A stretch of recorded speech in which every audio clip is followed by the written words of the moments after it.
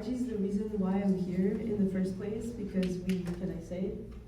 We work together. She's my boss. She's the best boss ever. And one day she came to me and she said, "Oh, we're doing this show at Madron, but everybody makes 3D sculptures. So do you want to be on the walls with us guys?" And I was like, "Oh my god, okay, cool. Yes, absolutely." And then the theme came a few months later when thank you, Rachel, also for coordinating this. I'm probably gonna say a bunch of nonsense, so sorry in advance, even with my notes. And then Rachel came with the theme, "Oh, you're all musicians, so we should do something about music and how it just how everybody relates to music." And my brain just exploded because there's just so much to talk about. So I'm going to try to condense it. But basically, I think music is one of the most beautiful, forms of art ever. And I'm not a fully fledged musician. I think it started with my mom. My mom was in competition with my dad to see who could influence me the most, and shape my life the most through like pressure. She's like, "You're gonna love art." Okay, cool. I love art. Love it. I didn't really. I grew up with like books that they would put together for me. Especially my mom, she would like collage a bunch of things, like paper clippings from all places in the world. But she would also, and meanwhile my dad was like, "Okay, you're gonna learn how to draw a tree," and I'm like, "Okay, cool." So basically it's all good, but it's like a battle of visual art versus music. And my mom at this point, she's in love with Mozart, but she's been actually reclaiming her past as a missed musician. She was hoping to be a concert pianist, and then for some reason she became a mom, and she had us, and it was great. But there was always this thing where music is like the love of her life, as my dad's love,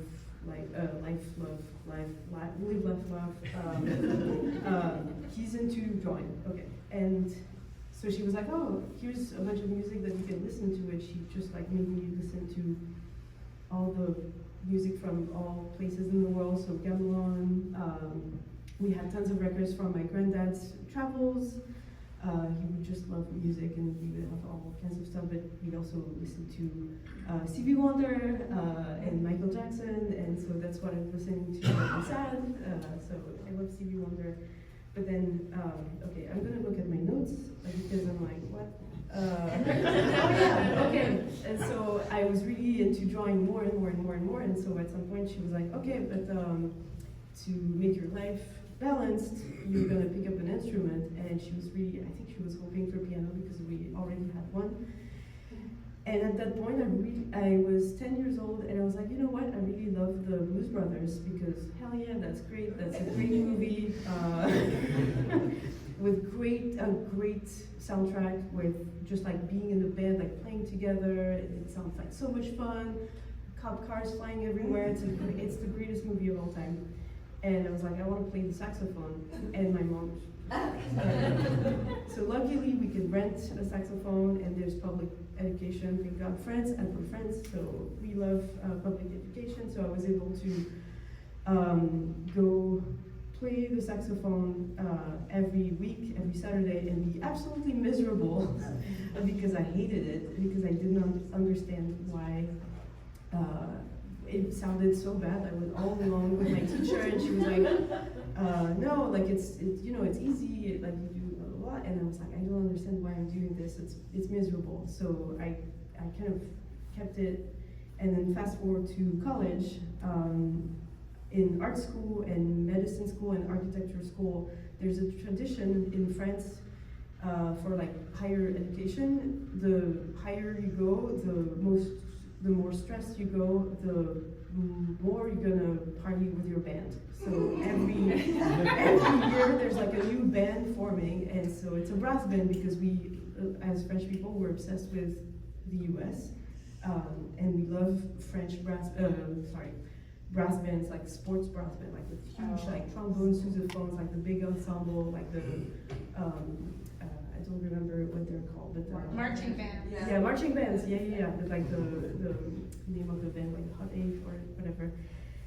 And so we start a band, and then it kind of falls into place like, oh my god, it's just like, yeah, I want to play with my friends, I want to be with my buds and make music, and of course it was really bad for a couple of years, and then it got pretty good, and then all of a sudden you're like, yeah, I'm kind of in the Blues Brothers now, because we're also being chased by the police, we're also in trouble at bars, like we had a few moments, altercations with the local crowds, and so it was really nice, I was like, this is my life.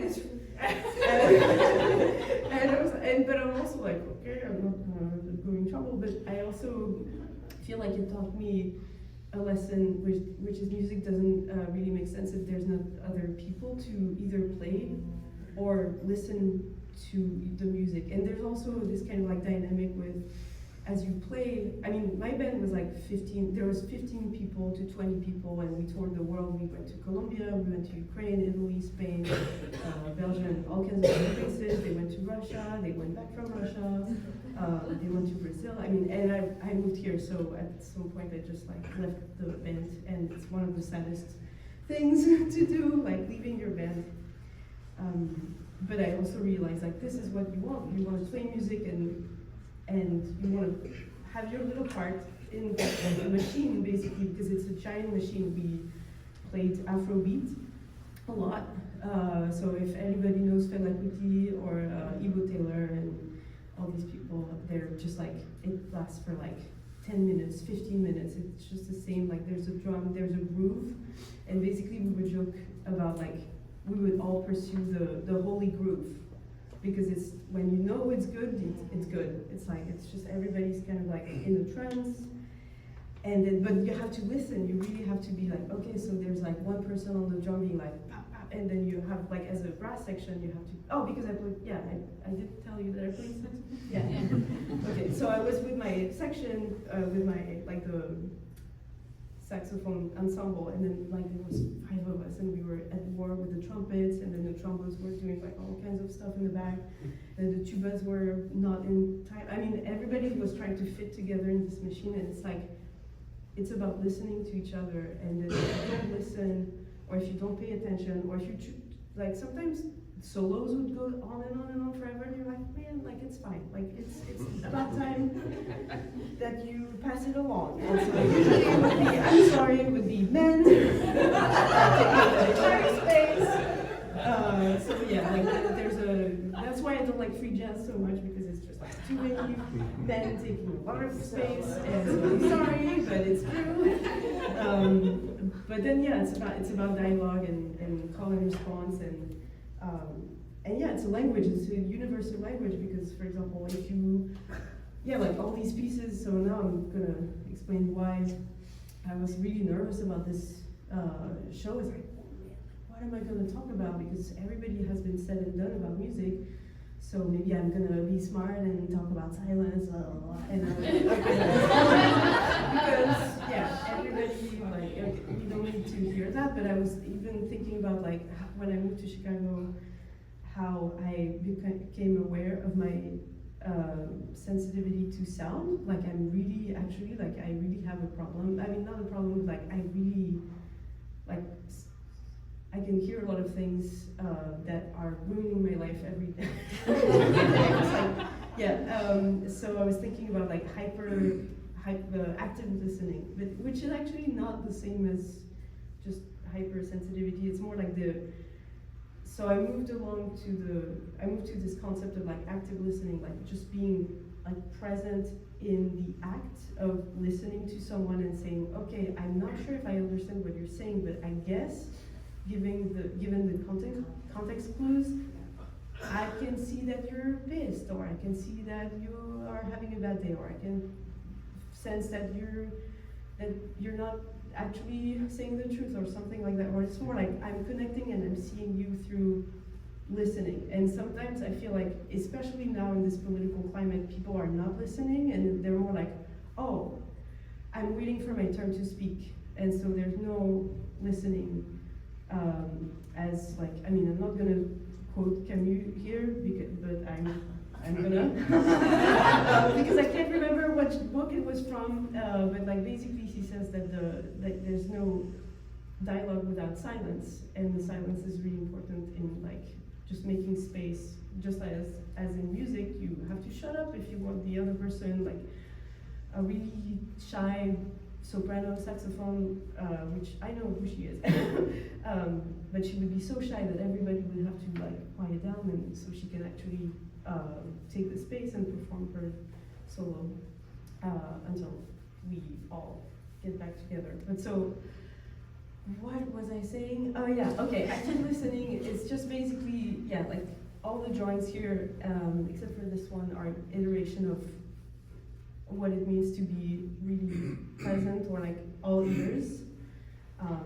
So yeah, like these, for example, are kind of like soundproofing spaces where it's all for music. Actually, this one, everybody's like, oh, it's a little gloomy and stuff. It's actually inspired by a friend's dad who built a bathroom with carpeted walls. I don't recommend, and a turntable to listen to his music in the bath. And I'm like, that's a good way to die.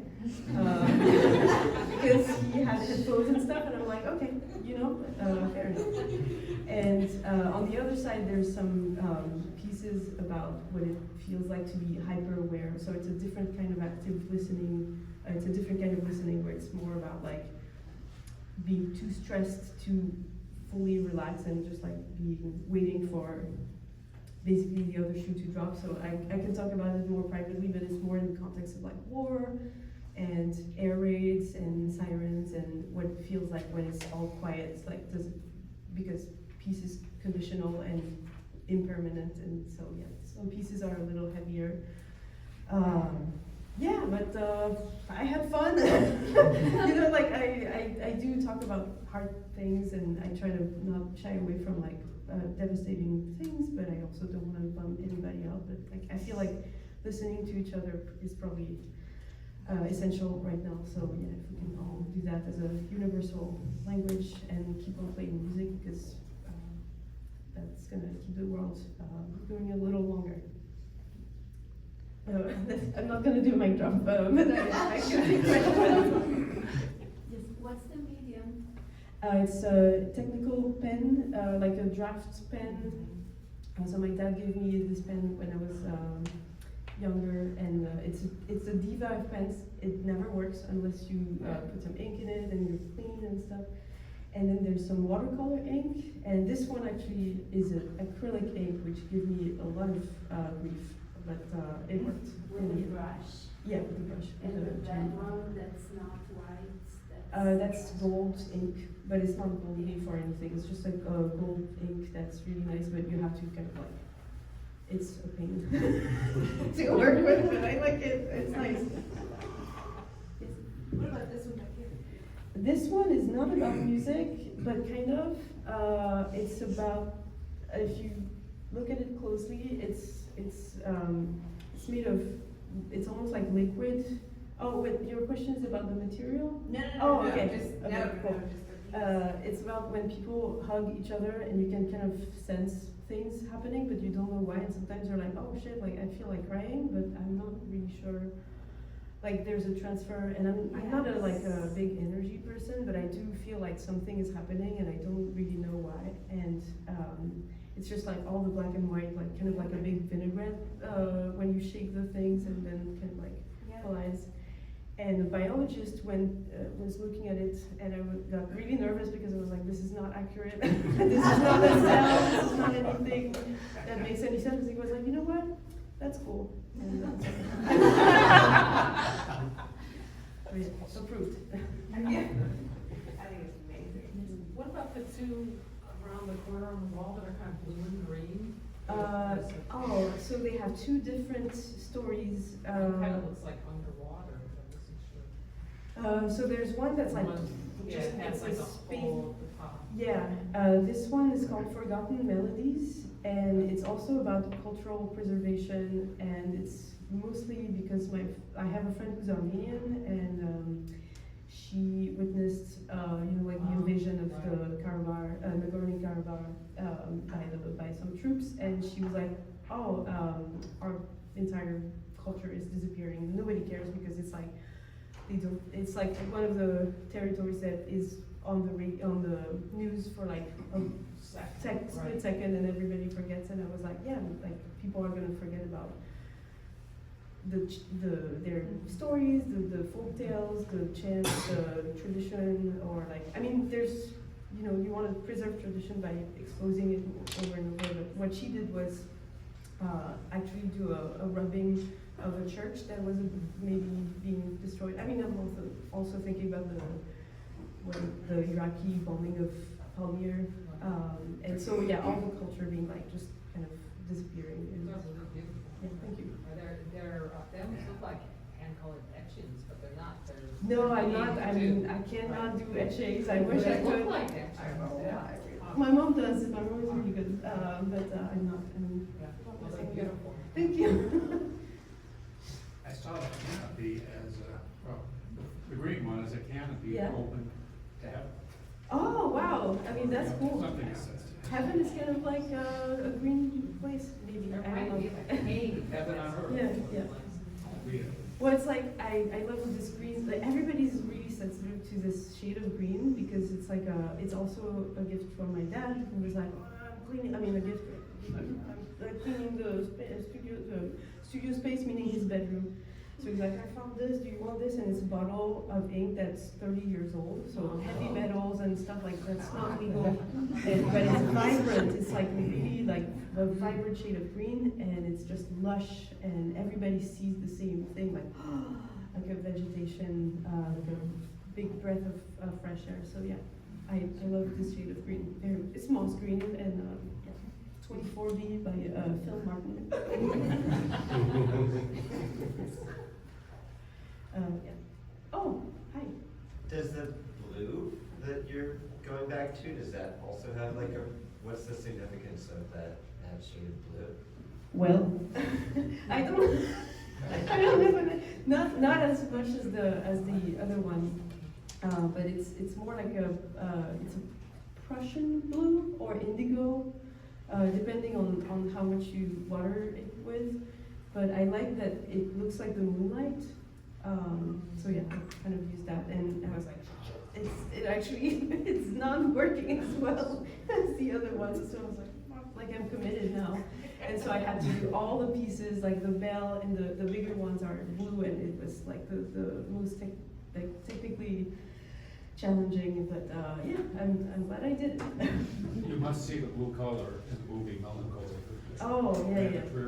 Yeah, I mean, Lars von Trier is one of the person who gives me the most trouble in the history of cinema. But yeah, I need to rewatch it, but it's a great movie. Great movie. Yep. I think that's. What's the deal with the egg? It's about two. I'm sure you over it. It's about people hugging each other and finding out, oh, I'm feeling a lot of feelings and I don't know what's happening. It's like a transfer of something. It took me 60 hours. And I hated every single minute of it until the end, and I was like, oh, actually, it's okay. I'm quite miserable when I work until I'm not, so I need to be patient. I'm curious why you track your hours. Tractor what? You said it's Track your 60 hours. Oh, I started, it's funny because a friend of mine was like, hey, how many hours? And she started tracking her hours, and I'm like, because sometimes people want to know, like that's the question I get the most. Like one time I was actually at the gallery at the opening, and I'm over the limit. I'm completely like overboard. I was talking about like the story of one piece, and I was really getting into it, like kind of right now. I was like, yeah, this is my friend. Like this is about this and this and this, and they were like, oh yeah, cool. How many hours did it take you? And I was like, 20 hours, okay? Yeah. So, yeah. I should probably leave the stage to one of the, you? Can you get it? Yeah.